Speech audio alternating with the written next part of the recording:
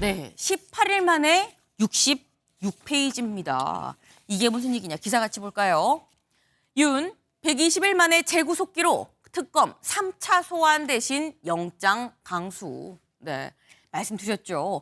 윤석열 전 대통령에 대해서 내란 특검이 시작이 된 18일밖에 되지 않았는데 무려 66페이지에 달하는 구속영장 청구서를 제출을 했습니다. 네, 굉장히 빠른 거 아니겠느냐. 지금 이 3차 소환을 하지 않은 상태에서 바로 그냥 영장으로 넘어갔다라는 건데 박지영 특검보의 얘기 잠깐 들어보고 올까요?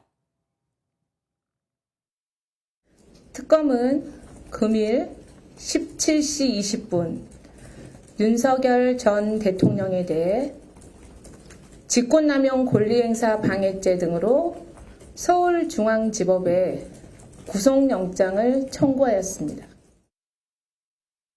네, 짧고 굵은 브리핑이었습니다. 어제 오후 5시 20분에 청구된 구속영장인 건데 2차 소환 조사를 하고 난 다음에 3차 소환 날짜를 딱히 얘기하지 않아서 바로 구속영장 들어가는 거 아니야? 라는 얘기가 있었는데 실제로 바로 구속영장이 청구가 됐죠. 조사가 끝나고 24시간이 채 지나지 않아서 바로 영장이 지금 청구가 됐습니다. 근데 김광선 변호사님, 지금 보면 윤석열 전 대통령이 전날 밤 11시 30분에 귀가를 했거든요. 근데 그러고 난 다음에 66페이지에 달하는 영장 이 청구서가 이 24시간이 채 되지 않고 이튿날 오후 5시 20분에 제출했다는 건 미리 어느 정도 좀 영장을 작성을 해놨었던 건가라는 생각도 살짝 들어요. 아니 그렇다고 볼 수 있죠. 조은석 특검의 스타일이 네. 굉장히 빠르게 수사하는 그런 스타일이에요. 또 네. 특수통 출신이거든요. 특수통 출신은 어떤 스타일이 있죠. 구속으로 어떤 보면 성과를 나타내 주는 거예요. 네. 그러니까 처음에도 이제 체포영장을 신청할 때도 보면 소환 한 번도 안 했었잖아요. 네. 근데 일단 소환 안 하고 나서 경찰 단계에서 소환에 불응했기 때문에 우리가 특검이 부르더라도 오지 않을 것이다. 그래가지고 체포영장 해서 발부가 되면 네. 그거 가지고 48시간 조사를 해서 영장을 청구하려고 이제 전략적으로 세운 거죠. 네. 근데 결과적으로 이제 그게 기각이 됐어요. 그래서 1차, 2차 소환을 했는데 이 1차나 2차 소환은 윤 전 대통령을 재구속하는 걸 전제로 하는 소환이었다. 저는 그렇게 봅니다. 네. 그 일정을 쭉 보면. 네. 그래서 2차까지 소환했는데 이제 조사가 거의 마무리됐다 이런 얘기를 했거든요. 네. 그러면 이제까지 드러난 사실만 가지고 일단 영장을 청구해서 신병을 확보한 다음에 이제 추가적으로 드러난 위법 사항에 대해서 이제 수사를 하겠다 그런 취지인 것 같아요. 네. 그리고 2차 소환하고 하루도 채 안 돼서 바로 영장을 청구했다는 것은 네. 미리 영장 범죄 사실 다 준비해 놨다는 거죠. 오늘은 66종이나 되는 건데 네. 그리고 거기에 대한 맞는 증거랄지 이런 것들을 준비하지 않으면 이렇게 신속하게 할 수 없어요. 그러니까 처음부터 1차, 2차 조사할 때부터 두 번째 정도로 조사하고 나서는 네. 영장을 청구해서 재구속하겠다. 이런 플랜이 특검 내에 짜여져 있었다 이렇게 볼 수 있는 거죠. 네. 이미 조은석 특검은 쭉 이 계획을 짜고 체포영장 발부한 것처럼 이 체포영장을 신청한 것처럼 그것처럼 똑같이 이 구속영장도 속도전으로 빨리빨리 지금 이 청구한 거 아니겠느냐라는 지금 그런 말씀을 하셨어요. 아마도 영장도 66페이지에 달하는 거 어느 정도 웬만큼 좀 이 써놓고 폼에서 좀 만들어 놓은 그런 상태가 아니었겠느냐라고 말씀을 하신 건데 근데 이게 김수민 위원님 특검 수사 기한이 최대 170일인데 18일밖에 안 됐거든요. 6분의 1이 지금 채 되지도 8분의 1입니까? 그 정도밖에 안 됐는데 두 번 조사하고서 확실하다, 자신 있다라고 봤다는 건지 아니면 구속 상태로 더 많이 조사를 자주 불러서 해야 되니까 빨리빨리 진행하려면 일단 구속을 시켜놓는 게 맞다고 본 건지 어떻게 봐야 되는 겁니까? 네, 일단 현재 속도전을 펴고 있는 건 맞는 것으로 보이는데 네. 근데 일부러 더 빨리 속도를 내고 있느냐라고 네. 한다면 객관적으로 좀 따져보면은 윤석열 전 대통령이 대통령직에서 파면이 된 게 지금 3개월 정도가 지났습니다. 파면이 네. 되고 나면은 내란 혐의 말고 다른 혐의에 대해서도 강제 수사, 기소 이런 것들이 가능해지는 것이고 특검이 출범하기 전에도 경찰이라든지 이런 수사기관에서 수사를 해온 것이 있거든요. 안 된 게 있다면 이제 윤 전 대통령 소환 이 부분이 안 됐던 건데 근데 관계자들을 여럿을 불러서 소환 조사를 이미 했습니다. 김성훈 전 경호차장이라든지 그렇다면 꼭대기에 있는 사람 정도 남겨놓은 상황에서 여러 조사에서 진척이 이루어졌고 그다음에 최근에 윤 전 대통령까지 2번에 걸쳐서 소환을 했거든요. 네. 그렇다면은 이미 확인되어 있는 혐의들을 추가적으로 윤 전 대통령을 신문을 통해서 또 확인되는 바가 있는 것이고 윤 전 대통령이 혐의를 다 부인하거나 진술거부권을 행사한다고 해도 이미 모아놓은 사실관계 수집해 놓은 것들이 있는 거거든요. 네. 그런 상황에서 2번의 조사 끝에 사실 여기서 더 뭘 조사를 하는 것보다는 구속에 이를 정도, 그러니까 증거인멸이라든지 재범의 우려라든지 또 어떤 관계자에 대한 회유라든지 이런 것들이 다 인정된다라고 하는 것은 확인을 했고, 여기서 만약에 구속영장이 기각되면은 특검으로서도 엄청난 부담을 지는 것인데 네. 구속영장 청구를 한 것을 보면 일단 구속에 필요한 요건들을 갖췄다라고 판단을 한 것이라고 봐야지 굳이 더 빨리 억지로 속도를 낸 것은 아니다라고 봐야 될 것 같습니다. 지금 말씀은 굳이 속도를 의식적으로 더 빨리 냈다기보다는 일단 구속영장을 청구를 하면 발부가 될 만한 정도의 충분한 증거들은 다 확보가 됐다. 진술들은 확보가 됐다라는 판단이 분명히 섰기 때문에 다음 스텝으로 넘어간 거 아니겠느냐라는 말씀을 지금 하셨어요. 지금 저희가 얘기를 하면서 이게 지금 조은석 특검의 스타일입니다라고 지금 말씀을 하셨는데 다음 기사를 좀 같이 볼까요? 한 스텝 빠른 조은석 스타일 내란 특검 N차 소환 대신 속도전이다라는 겁니다. 제가 지금 한 얘기가 바로 이거죠.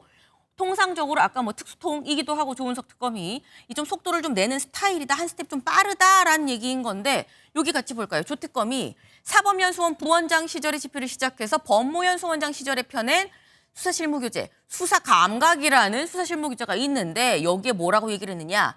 수사는 전쟁과 다를 것이 없다. 오래 끄는 것보다 서두르더라도 신속히 끝내는 게 낫다라고 강조를 했다라는 거예요. 김광선 변호사님.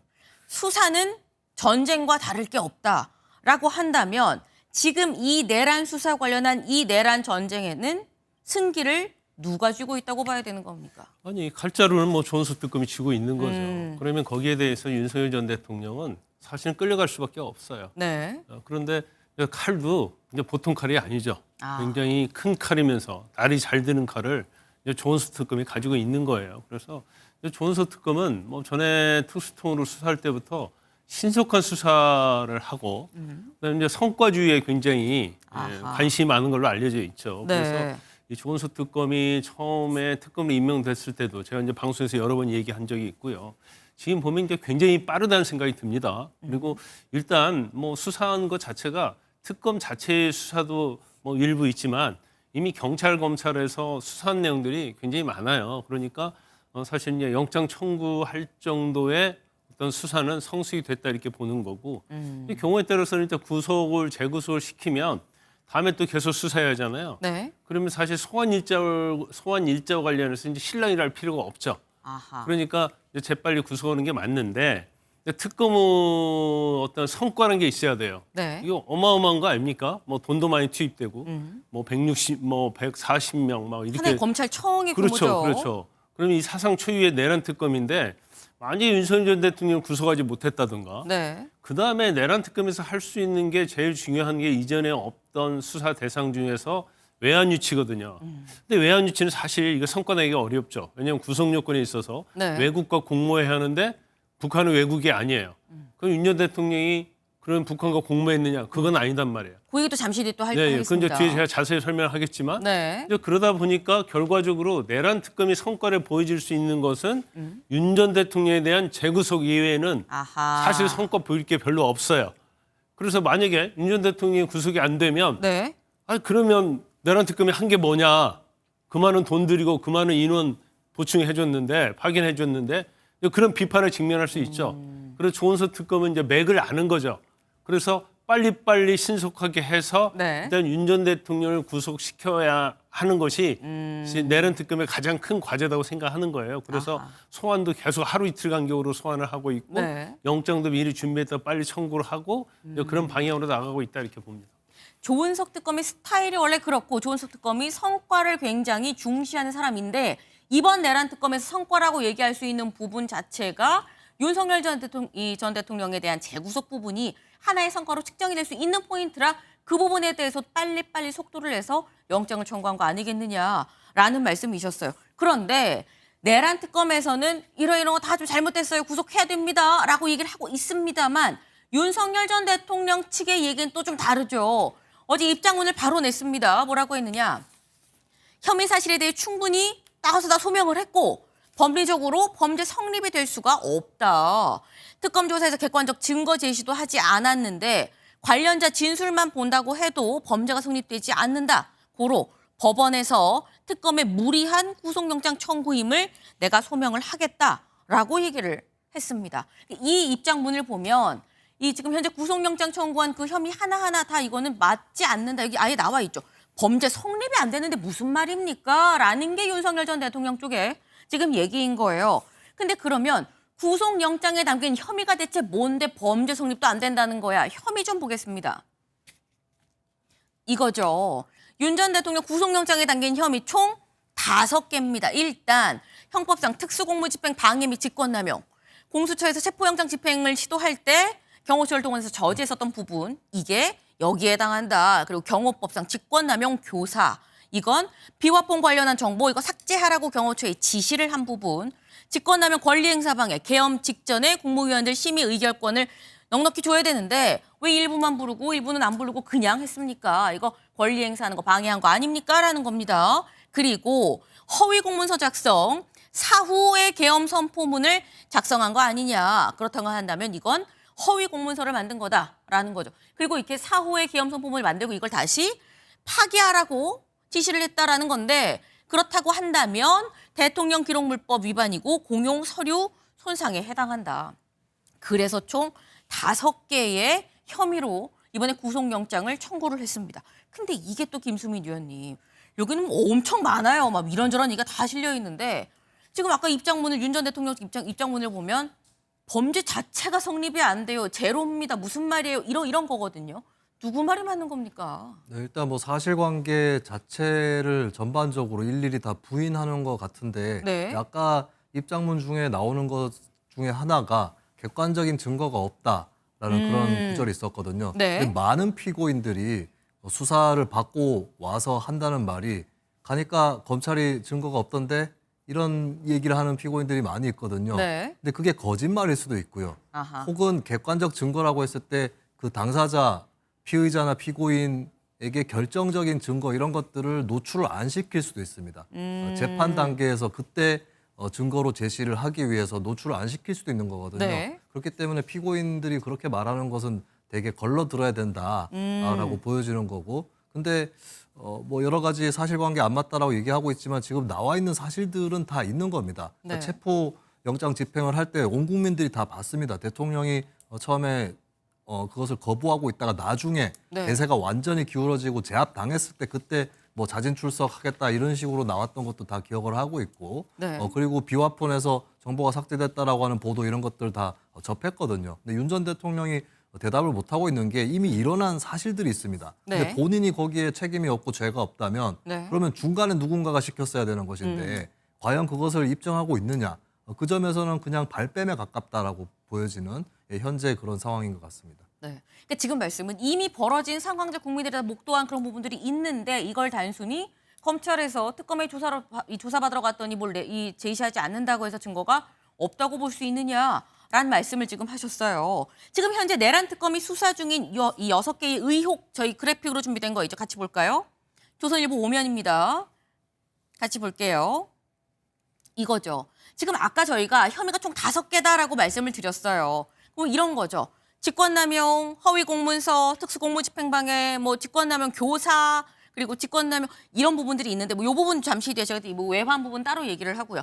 여기에 대해서 윤석열 전 대통령 쪽의 입장이 하나하나 나와 있습니다. 나와 있는 거 보면 국무위원 이 심의권 침해 부분은 빨리 올 수 있는 사람만 부르다 보니까 그런 거지. 이게 뭘 침해를 한 게 아니다.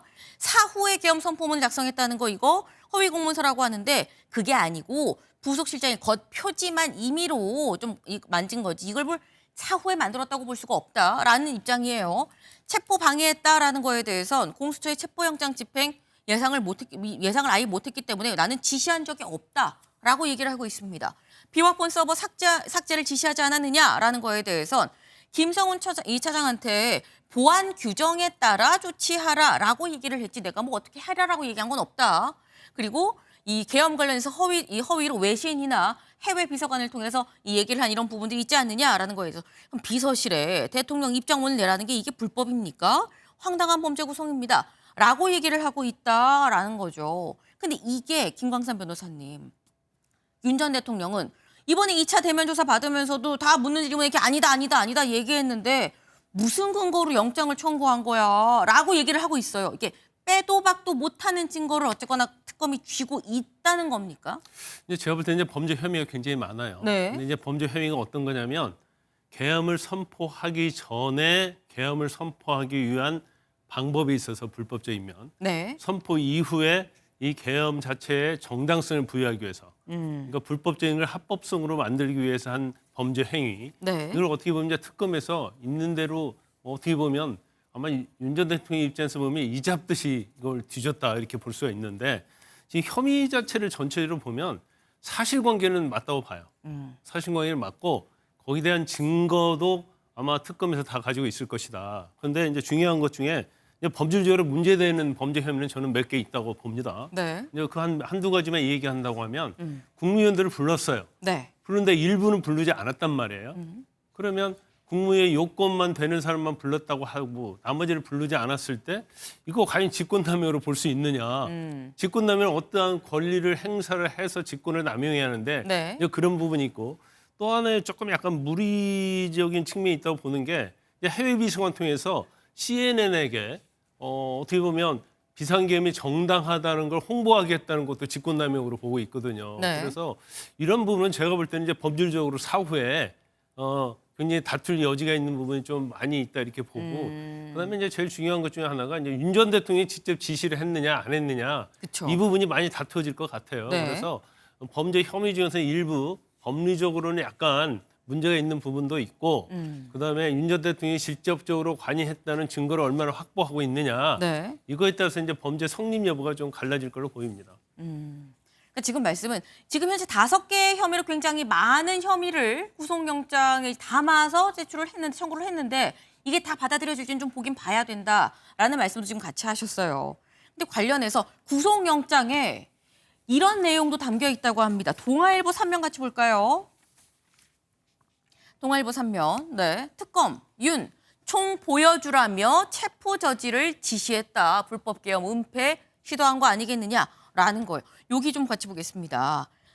구속영장 안에 경찰은 니들이 총기를 갖고 있는 것만 보여줘도 두려워할 거다. 총기가 잘 보이도록 해서 이 순찰하라고 지시한 혐의도 영장에 적시가 됐다라는 겁니다.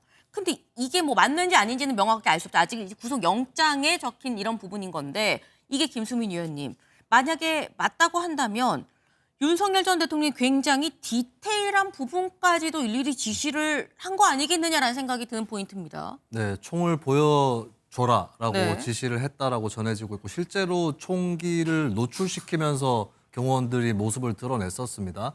그렇다면 이 사실은 어떻게 구속영장에 들어갔느냐? 당연히 윤 전 대통령이 시인했을 리는 없는 거고 경호처 내부 관계자의 진술을 통해서 들어간 것으로 보이거든요. 그리고 여기에 함께 알려지고 있는 것이 김성훈 전 차장이 솔직하게 진술을 했다라고 하는 이 부분이 알려지고 있어요. 그러니까 처음에는 한때 좀 진술이 윤 전 대통령 쪽을 방어하는 듯한 진술이었다가 네. 윤 전 대통령 측 변호사가 한때 입회를 했었는데 나가고 나서 그리고 예전에 경찰 조사 때부터 이미 진술이 달라져서 그리고 그다음에 특검에서의 진술도 일관됐다라고 하는 점 이런 점들을 고려해 봤을 때 김성훈 전 차장 쪽마저도 네. 윤 전 대통령에 대해서 방어할 생각이 이제는 없는 것입니다. 그런 상황에서 윤 전 대통령 한 명만 남아서 결국에 본인을 방어하고 또 사실에 대해서 저항을 하고 있는 것이고 네. 이 정도 되면 이제 경호처 관계자들 사이에서도 진실에 대해서 여러 가지 일치된 증언들이 나왔기 때문에 네. 이런 이제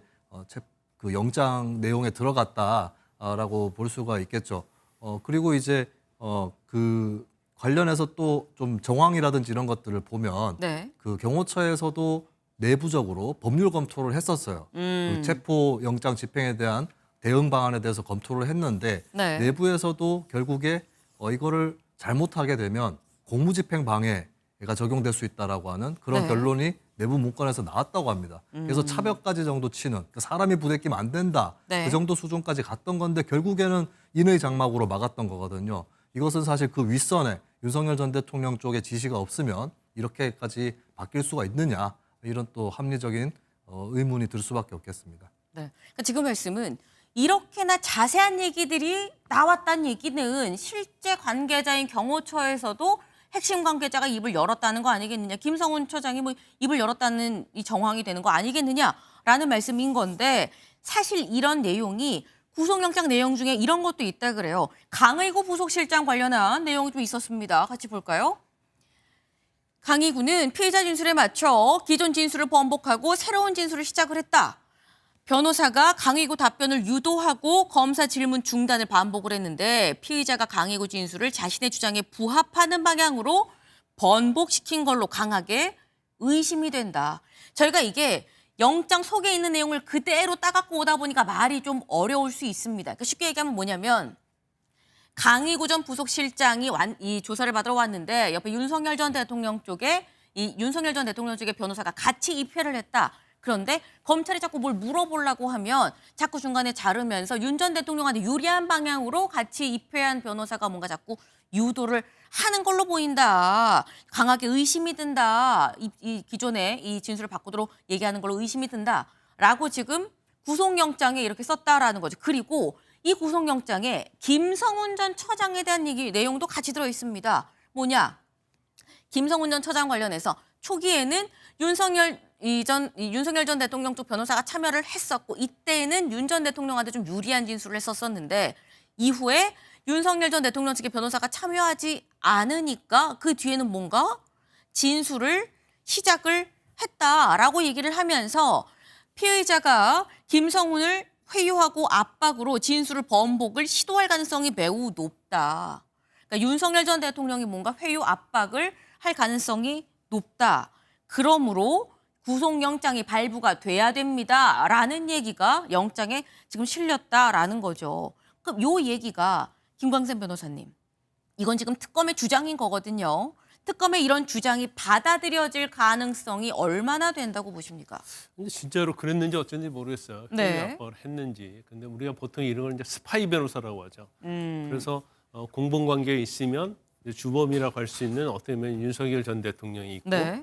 윤석열 전 대통령 입장에서는 밑에 있는 전에 하부 직원들의 진술에 따라서 자기 죄가 네. 인정될 수도 있고 인정되지 않을 수도 있거든요. 근데 그러다 보면 메인의 어떤 우두머리의 변호사들이 그 변호사 선임계를 넣는단 말이에요. 그래서 관련된 사람들에서 어떤 감시도 하고 진술할 때 뭐 진술을 못하게 한다랄지 그런 경우가 있어요. 네. 그래서 아마 특검에서 윤 전 대통령 변호인 측이 수사 방해를 하고 있다. 이 말이 이건 것 같아요. 그래서 저걸 왜 영장까지 첨부했을까? 네. 영장의 내용을. 그것은 이제 구속영장 발부 가능성을 높이려고 하는 거죠. 왜냐하면 만약에 구속을 시키지 않으면 계속 이런 식으로 공범관계랄지 밑에 있는 부하 직원에게 계속 회유 압박을 하면서 증거인멸 우려가 있다. 그래서 이제 구속이 돼야지 어떻게 보면 그런 가능성이 없어진다. 그러니까 이제 구속을 해야 한다. 이런 취지인 거예요. 그런데 네. 뭐 저게 뭐 사실일 수도 있고 아닐 수도 있지만 네. 만약에 저게 사실이라고 한다면 저거 자체는 윤 전 대통령이 굉장히 불리하게 작용할 수가 있죠. 이게 사실인지 아닌지 알 수는 없지만 이게 만약에 사실이라고 한다면 혹은 사실인지 아닌지 밝혀지지 않은 상태에서 영장을 발부하는 재판부가 이걸 사실이라고 생각을 한다면 그렇다면 영장 발부에는 상당한 좀 영향을 미칠 수 있는 요인이다라고 지금 말씀을 하셨어요. 지금 김성훈 전 처장도 뭔가 입을 열었다라는 취지의 내용이 아예 구속영장에 적시가 돼 있는 상태인 거죠. 한국일보 같이 볼까요? 한국일보 4면. 네. 윤희 체포영장 저지 지시 호위무사는 부인하지 않았다. 여기서 말하는 호위무사가 바로 김성훈 전 경호처 차장을 얘기를 하는 겁니다. 김성훈 전 경호처 차장이 이제 입을 좀 열기 시작했다라는 겁니다. 여기 좀 같이 볼게요. 경호처 간부 진술, 비화폰 기록, 김성훈 전 경호차장한테 제시를 하니까 윤 지시가 있었다라는 걸 부인하다가 달라졌다. 지시가 있었습니다라고 인정을 했었다라는 거죠. 여기서는 특검팀 재구속 구분응선에 조금 옳은 거 아니겠느냐라는 건데 근데 여기서 의아한 부분이 이런 거예요. 김수민 위원님.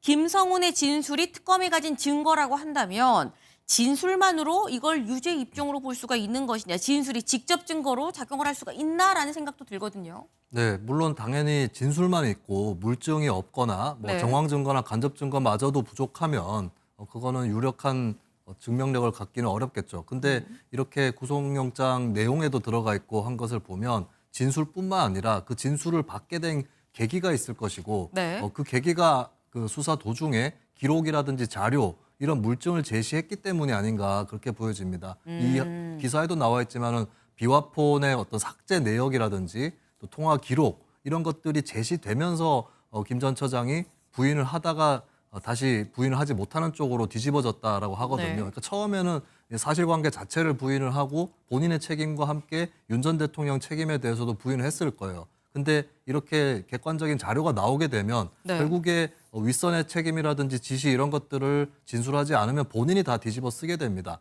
그런 자료를 보고 결국에는 실토를 한 것이 아닌가 싶고, 그리고 피의자 심리에서도 본인 좀 둘러대기라든지 나름의 그 가짜 시나리오라든지 이런 것들을 맞춰서 갔다고 해도 네. 처음부터 수사하는 쪽에서 기록이라든지 자료 이런 것들을 제시하지 않거든요. 일단 진술을 다 받아놓은 다음에 이 자료는 뭡니까라고 던져버리면 네. 사실 피의자도 심리적인 붕괴 현상이 올 수도 있습니다. 네. 그러면서 솔직하게 실토를 하기도 하고 이런 경우가 있는데 뭐 김 전 차장 경우에 정확하게 어떤 상황에서 진술을 했는지는 제가 알 수 없는 노릇이겠지만 어쨌든 간에 뒷받침하는 물증이나 이런 것들이 있기 때문에 네. 진술을 받을 수 있었고 그걸 다 조합한 결과 윤 전 대통령의 혐의, 책임을 특검에서 밝힌 것이 아니냐 그렇게 보입니다. 네. 그러니까 지금 말씀은 김성훈 차장 입장에서는 내가 제대로 진술을 하지 않으면 내가 다 뒤집어 쓸 수도 있는 상황인 건데 그것까지 감안을 하고 다 이고지고 갈 것이냐라는 생각을 하지 않았겠느냐라는 어떤 추측의 영역으로 좀 말씀을 해주셨어요. 그리고 다 진술하고 검찰 쪽에서 하나하나 뭐 반박. 아닌데요. 이건 뭡니까? 라고 하나하나 제시하고 반박하기 시작하면 거기서부터 멘붕이 될 수가 있다. 멘탈이 붕괴되면서 사실은 맞고요. 이것도 사실 맞고요. 라고 할 수도 있다라는 설명을 하셨습니다. 근데 어떤 건지는 정확히 알 수는 없죠. 다만 중요한 건 영장에서 정시된 내용으로 봤을 땐 김성훈 전 차장도 뭔가 하나하나 얘기를 하고 있는 것 같다라는 겁니다. 그래서 여기서부터 나온 게 뭐 구분응선 올랐다라고 나왔는데 근데 의아한 부분이 분명히 2차 대면 조사를 할 때 물어봤었던 부분이 외환죄 관련한 부분도 같이 물어봤다라고 했었어요. 근데 다음 기사 볼까요? 이번에 혐의에서는 빠졌습니다. 무인기 침투, 북공모 입증 관건, 특검이 넘어야 할 가장 큰 난관이다라는 얘기가 지금 나옵니다. 아까 잠깐 저희가 얘기가 나와서 잠시 뒤에 그건 얘기할게요라고 말씀드렸던 부분이 바로 이 부분인 거죠.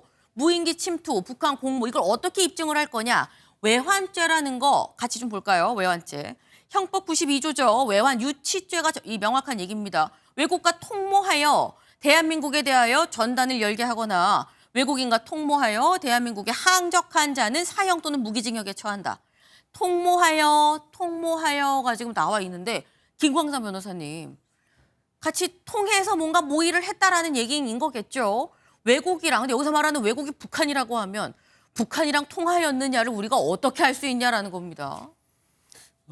일단 이제 외환 유치죄 저게 뭐냐면 일단 윤 전 대통령이 무인기를 북한을 보냈다는 거 아니에요. 네. 거기는 이제 북한이 그렇게 반발했었죠. 보고 있죠, 특검이. 네, 그래서 무인기를 보내면 북한이 굉장히 분노할 것이고, 그리고 뭔가 도발을 할 것이다. 그러면 이걸 빌미로 해서 이제 내란 비상계엄을 선포할 것이다. 이런 계획을 세웠다는 거예요. 네. 그래서 이건 어떻게 보면 비상계엄을 선포하기 위한 수단과 방법이거든요.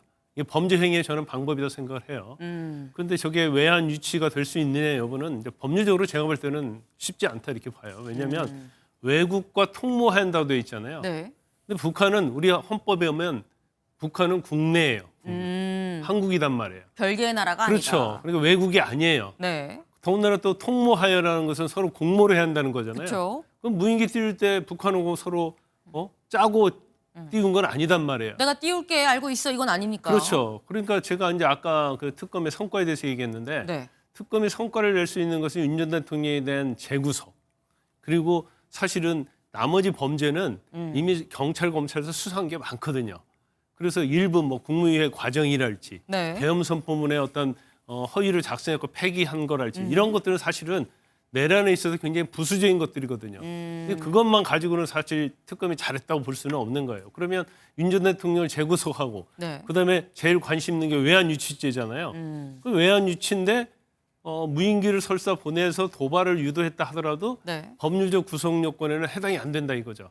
또 일반 이적 때도 제가 볼 때는 해당되기 어려울 것 같아요. 왜냐하면 일반 이적 때는 그 내용 중에 해당되는 내용이 우리 군사상 이익을 해할 그런 목적이 있어야 하거든요. 네. 그런데 이제 그렇게 보기가 어려운 측면이 있기 때문에 이 부분을 일단은 떼어놓고 영장을 청구하고 지금 어떤 죄로 갈지를 지금 특검은 굉장히 이제 고심을 하고 있다. 저는 그렇게 봅니다. 지금 말씀을 잘 들어보면 제가 느끼기엔 그래요. 그러니까 170일이란 시간이 있는데 굳이 18일 만에 영장을 청구를 해서 구속을 시키려고 한다는 건 요 관련 외환죄 관련이나 요 사안 관련해서 추가적으로 계속 불러서 조사 어떤 시간을 좀 많이 벌기 위함이다라는 취지의 설명으로도 살짝 좀 들립니다. 지금 일단 윤석열 전 대통령에 대한 영장 청구가 됐고요. 이제 영장실질심사가 언제 열릴지가 관건일 텐데 지금 현재 아마도 내일 중에 열리지 않겠냐라는 전망들이 나오고 있죠. 어제 오후에 늦게 청구가 됐기 때문에 관련해서 이 결과가 어떻게 될 것이냐 여부는 아마도 내일쯤 나올 것 같은데 근데 이 영장에 윤석열 전 대통령에 대한 얘기만 나온 게 아닙니다. 아까 우리 일면 설명하면서 말씀드렸죠. 한덕수 전 총리도 나오더라라는 거예요. 기사 같이 볼까요? 특검 윤 구속영장 청구 한덕수도 공범으로 적시했다. 어떤 포인트에서 한덕수 전 총리가 공범이냐라는 건데 다음 기사 바로 이어서 보죠. 특검 한덕수 구속영장도 검토, 윤과 같은 허위 공문서 작성 그리고 행사 혐의다. 아까 기억나시나요? 허위 공문서. 그러니까 사후에 계엄을 먼저 선언을 하고 난 다음에 계엄 선포한 뒤에 사후에 계엄문을 작성을 했다. 이건 선후가 바뀌었기 때문에 허위 공문서 작성이다라는 건데 여기에는 한덕수 전 총리도 같이 공모를 했다. 근데 이게 사실 김광삼 변호사님. 한덕수 전 총리, 그러니까 윤석열 전 대통령의 경우에는 아까 5개의 혐의였었거든요. 한덕수 전 총리는 지금 허위 공문서 이것만 지금 공범으로 얘기가 되고 있다라는 건데 한덕수 전 총리에 대해서 구속영장 검토한다는데 이거 가능성 얼마나 된다고 보십니까? 아니 이제 특검 입장에서 보면 아까 이제 성과 얘기를 했는데 네. 한덕수 총리가 전 총리가 구속이 되면 또 성과에 있어서는 굉장히 플러스 알파가 되겠죠. 근데 이게 과연 구속이 될 것인가 네. 이 부분을 봐야 하는데 지금 윤 전 대통령의 혐의 중에서 허위 공문서 작성과 행사죄에서 공범이라는 거 아니에요. 그렇죠. 근데 그게 지금 뭐 나타나는 게 계엄 선포문 관련해서요. 계엄 선포문. 네. 사후에 계엄 선포문에 서명 날인을 했어요. 네. 그러면 그걸 설사 했다 하더라도 이제 본인이 주도적으로 한 게 아니고 강의그 전 부속실장이 전화를 해서 문건을 작성하니까 서명을 해달라고 해서 서명을 했다는 거고. 네. 그래서 그 이후에 이거 문제가 있다. 그래서 전화해서 없던 걸로 하자. 폐기했다는 거잖아요. 그래서 형식적으로는 제가 볼 때는 계엄 선포문이 허위로 작성된 걸 알고 있음에도 불구하고 서명날을 했다 하면 그 계엄 선포문 허위 작성의 공범은 될 수 있고 또 행사병 공범은 될 수 있어요. 네. 근데 그 이후에 이 문제 있으니까 폐기하자고 그랬잖아요. 네. 이 폐기하자고는 의도가 증거를 인멸하기 위해서 그런 것인지 아닌 것인지는 좀 따져봐야 하겠지만 네. 제가 볼 때는 한덕수 전 총리까지 영장을 청구하는 것은 구속까지는 쉽지 그렇죠. 않다. 범죄 과정을 보면 영장을 청구하는 것도 좀 과도한 것이고 네. 또 제가 볼 때는 영장은 발부될 가능성이 그렇게 많지 않다. 저는 그렇게 봅니다. 지금 말씀이 사실 한덕수 전 총리의 경우에는 구속영장까지 발부가 되기 쉽지 않을 것 같은데 현실적으로 이 말씀을 하셨어요. 그런데 저희 또 잘 생각을 해보면 저희가 어제 이 구속영장이 청구가 되다 보니까 영장에 무슨 내용이 담겼고 이 얘기를 막 혐의가 어떻고 얘기를 하긴 했습니다만 이게 사실 김수민 의원님 영장이 발부가 안 되면 한덕수 전 총리뿐만이 아니라 윤석열 전 대통령에 대한 영장이 발부가 안 되면 특검은 어떻게 되는 겁니까? 네, 당연히 특검은 타격을 크게 받을 수밖에 없겠죠. 어느 네. 정도 속도전을 내고 있다라고 그렇게 진단까지 나오고 있는데 이렇게 만약에 기각이 되면은 그것은 잘못된 수사였다. 괜히 속도를 낸 것이다. 뭐 이렇게 평가를 받을 수밖에는 없겠죠. 근데 그렇기 때문에 역설적으로 특검에서 그런 가능성까지 무릅쓰면서 억지로 구속영장을 청구할 가능성은 별로 없다. 지금 이제 구속영장 청구한 내역도 한 66페이지 정도가 되는데 네. 거기에도 다 담지 않은 여러 가지 증거라든지 또 그 재판부에게 제시할 수 있는 이런 증거들이 있기 때문에 네. 청구를 했을 거라고 보여지고요. 그리고 만에 하나 기각이 된다고 해도 네. 국민들이 이걸 가지고 윤 전 대통령 무죄 나오는 거 아니냐 이렇게 생각하지는 않을 것 같아요. 국민들도 여러 학습 효과가 있는 거고 지금 일부 혐의에 대해서 영장 청구를 한 것인데 가장 굵직한 내란 혐의 포함해서 국민들은 이제 이것은 뭐 국민들도 다 봤듯이 유죄 아니겠느냐라고 생각을 네. 하고 있고 만약에 기각이 되면은 이건 특검이 뭔가 잘못한 것이지 윤 전 대통령이 결백해서 기각이 되는 건 아니다. 이런 식으로 다수 국민들은 해석을 할 것이라고 봅니다. 네. 근데 또 여기서 드는 생각이 이런 게 있어요. 김광석 변호사님. 발부가 돼도 지난번에는 발부가 됐는데 취소가 됐거든요. 체포영장 특검 쪽에서 이 청구를 했지만 체포영장은 또 기각이 됐고요. 그렇다면 발부가 된다고 해도 구속이 설령 된다고 해도 구속 취소로 이어질 수도 있는 거 아니야라는 생각도 들긴 합니다. 제가 볼 때는 이제 구속 취소 가능성은 이제 거의 없다 이렇게 봐요. 왜냐하면 된다고 특검은 한다면. 정당한 법에 근거해서 수사를 했기 때문에 그건 뭐 사실은 뭐 문제는 없다고 보는데 네. 만약에 윤 전 대통령에 대해서 뭐 윤 전 대통령이 지시한 증거가 좀 부족하다랄지 아니면 내란죄의 어떤 부수적인 거다 해서 또 법률적으로 문제가 있다고 해서 기각이 되면 이건 특검에는 상당히 좀 그냥 치명타운이 있다고 봐요. 왜냐하면 너무 무리하게 속도전을 한 게 아니냐 네. 이제 그럴 가능성이 있는데 아마 특검의 입장에서는 이제 조은석 특검이 워낙 수사를 잘하기 때문에 잘 알고 있기 때문에 미리 제가 볼 때는 판을 좀 깔아놨다 봐요. 그 말은 뭐냐면 김용현, 네. 여인영, 문상호 이런 내란죄의 주요 임무 종사자에 대해서 네. 그냥 재빠르게 기소해버렸잖아요. 네. 그래서 추가로 영장이 발부가 됐단 말이에요. 그러면 우두머리 할 수 있는 윤 전 대통령의 영장 기각을 쉽게 하지 못하도록 미리 선수를 쳤다 이렇게 볼 수 있어요. 나중에 기소할 서서히 수도 있는데. 올가매는 방식으로 그렇죠. 윤 전 대통령에 대한 영장을 청구를 한 거다. 그리고 국민의 여론 자체는 죄가 크든 작든 윤 전 대통령이 굉장히 불리하죠. 그리고 판사 입장에서 보면 이미 주요 임무 종사장들이 구속 연장이 됐고 네. 그런데 윤 전 대통령 우두머리라고 할 수 있는 윤 전 대통령을 영장에 기각한다.